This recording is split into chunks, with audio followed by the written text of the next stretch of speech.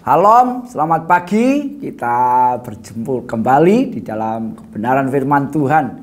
Mari saudara kita berdoa sebelum kita mendengar firman Tuhan pagi hari ini. Bapa, kami sangat bersyukur buat pagi hari ini. Kembali kasih-Mu, anugerah-Mu melimpah dalam hidup kami. Dan kami sangat bersyukur Bapa karena Engkau melimpahi kami dengan berkat yang terbaik, yaitu firman-Mu. Biar pagi ini Tuhan, apa yang kami dengar dari firman-Mu membuat kami semakin mengenal Engkau, semakin sungguh-sungguh, semakin mengasihi Engkau lebih lagi. Terima kasih Bapa, di dalam nama Tuhan Yesus. Mari Roh Kudus urapi setiap kami. Dalam nama Tuhan Yesus. Amin. Sekali lagi shalom, selamat pagi saudara-saudara. Pagi hari ini saya akan sharing di dalam Injil Lukas pasal 9 ayat 23 saja. Tuhan Yesus berkata begini, katanya kepada mereka semua, setiap orang yang mau mengikut aku, ya, dikatakan setiap orang. Jadi pagi hari ini saudara dan saya yang percaya Yesus, Tuhan Yesus berkata-kata kepada kita semua, setiap orang yang mau mengikut aku, ia harus. Jadi ini tidak bisa ditawar saudaraku ya. Ia harus apa? Satu, menyangkal dirinya, memikul salibnya setiap hari dan mengikut aku. Ya. Pagi hari ini kita mendengar perkataan Tuhan Yesus di dalam kehidupan kita. Kalau kita mau mengikut Yesus, yang pertama yang harus kita lakukan adalah menyangkal diri. Ya, saya merenungkan kata menyangkal diri ini contoh yang paling gampang di Alkitab, yaitu Petrus ketika menyangkal Tuhan Yesus.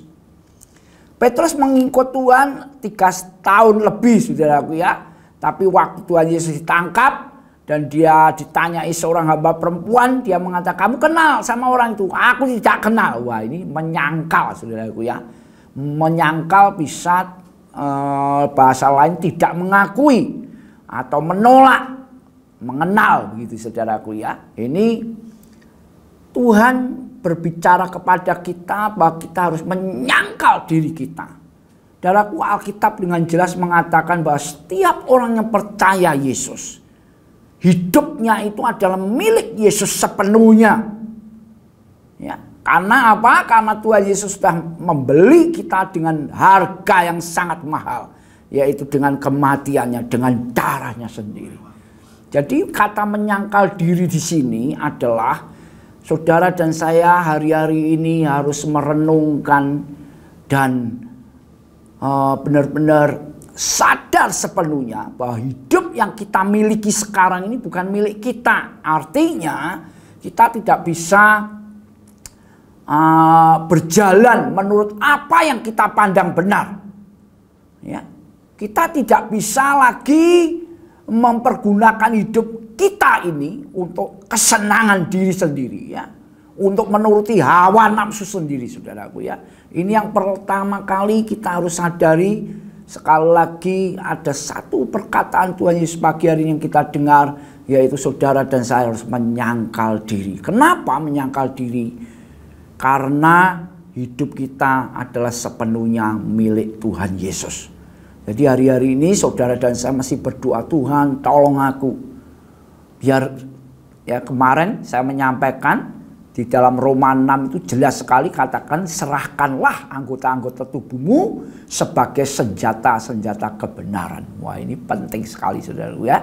Jadi ini berkaitan menyangkal diri kita itu adalah mempersembahkan hidup kita ini terus menerus kepada Tuhan. Karena memang hidup kita adalah milik Tuhan.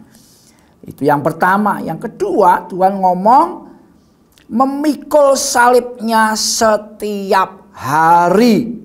Ya, memikul salibnya setiap hari.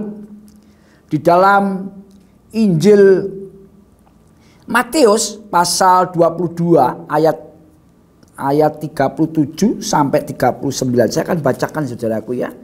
Ini luar biasa sekali, ayat ini mengatakan demikian. 37 mulai. Jawab Yesus kepadanya, kasihilah Tuhan Allahmu dengan segenap hatimu, dan dengan segenap jiwamu, dan dengan segenap akal budimu. Itulah hukum yang terutama dan yang pertama. Dan hukum yang kedua yang sama dengan itu ialah kasihlah sesamamu manusia seperti dirimu sendiri. Inilah salib, saudaraku, ya. Salib itu kalau menurut Matius tadi berisi cuma satu, kasih. Jadi saudara dan saya setiap hari benar-benar memikul salib yang artinya kasih. Di dalam kasih itu ada pengorbanan, di dalam kasih itu ada mengampuni, saudaraku. Jadi ini yang Tuhan mau. Hari-hari ini saudara dan saya setiap hari harus memikul salib. Artinya saudara benar-benar setiap hari belajar dan belajar mengasihi Tuhan dan mengasihi sesama, saudaraku. Ya. Hari-hari ini kita benar-benar minta sama Tuhan supaya hati kita ini hati yang dipenuhi oleh kasih, saudaraku. Ini kata Tuhan. Ya. Baru yang terakhir Tuhan Yesus ngomong, ikut aku. Ya. Dua perkara yang di atas, menyangkal diri dan memikul salib, itu akan menyanggupkan kita untuk mengikut Yesus. Mengikut kemana? Jelas sekali.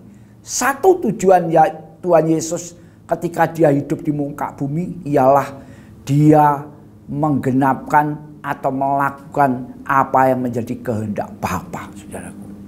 Sehingga ketika waktu dia penuh dengan ketakutan di Taman Getsemani, dia berdoa, jadilah kehendakmu Bapa. Jadi kalau hari-hari ini kita mengikut Yesus, kita harus berdoa seperti Tuhan Yesus doakan, yaitu jadilah kehendakmu Bapa di dalam hidupku. Ini kata mengikut Yesus tuh sampai titik ini, saudara. Ya, jadilah kehendak Bapa. Kehendak Bapa di dalam hidup Tuhan Yesus ketika dia hidup, yaitu dia menjadi manusia, bukan hanya menjadi manusia tapi jadi hamba. Ya, taat. Ya. Ini kata mengikut Yesus itu di sini, saudara. Puncaknya adalah saudara dan saya punya kerinduan yang kuat untuk supaya kehendak Bapa jadi dalam hidup kita. Teladan yang paling real, nyata di dalam hidup kita adalah Tuhan Yesus. Dia melakukan kehendak Bapa, taat sampai mati di kayu salib. Ini perkataan Tuhan Yesus pagi hari ini yang kita dengar, saudaraku. Barang siapa, setiap orang, kata Tuhan Yesus, yang mau mengikut aku, yang pertama dia harus menyangkal dirinya, ya, memikul salibnya setiap hari dan mengikut Tuhan Yesus, mengikut sampai apa yang menjadi kehendak Bapa itu yang terjadi dalam hidup kita. Amin. Tuhan memberkati. Mari kita berdoa. Bapa, kami sungguh bersyukur buat firman-Mu pagi hari ini. Kami sudah mendengar perkataan Tuhan Yesus dalam kehidupan kami. Tuhan, kami percaya anugerah-Mu akan menyangkupkan kami melakukan akan kebenaran-Mu. Roh Kudus, tolong kami, pimpin kami sampai apa yang Tuhan Yesus katakan pagi hari ini tergenapkan di dalam kehidupan setiap kami. Dalam nama Tuhan Yesus. Amin. Tuhan memberkati.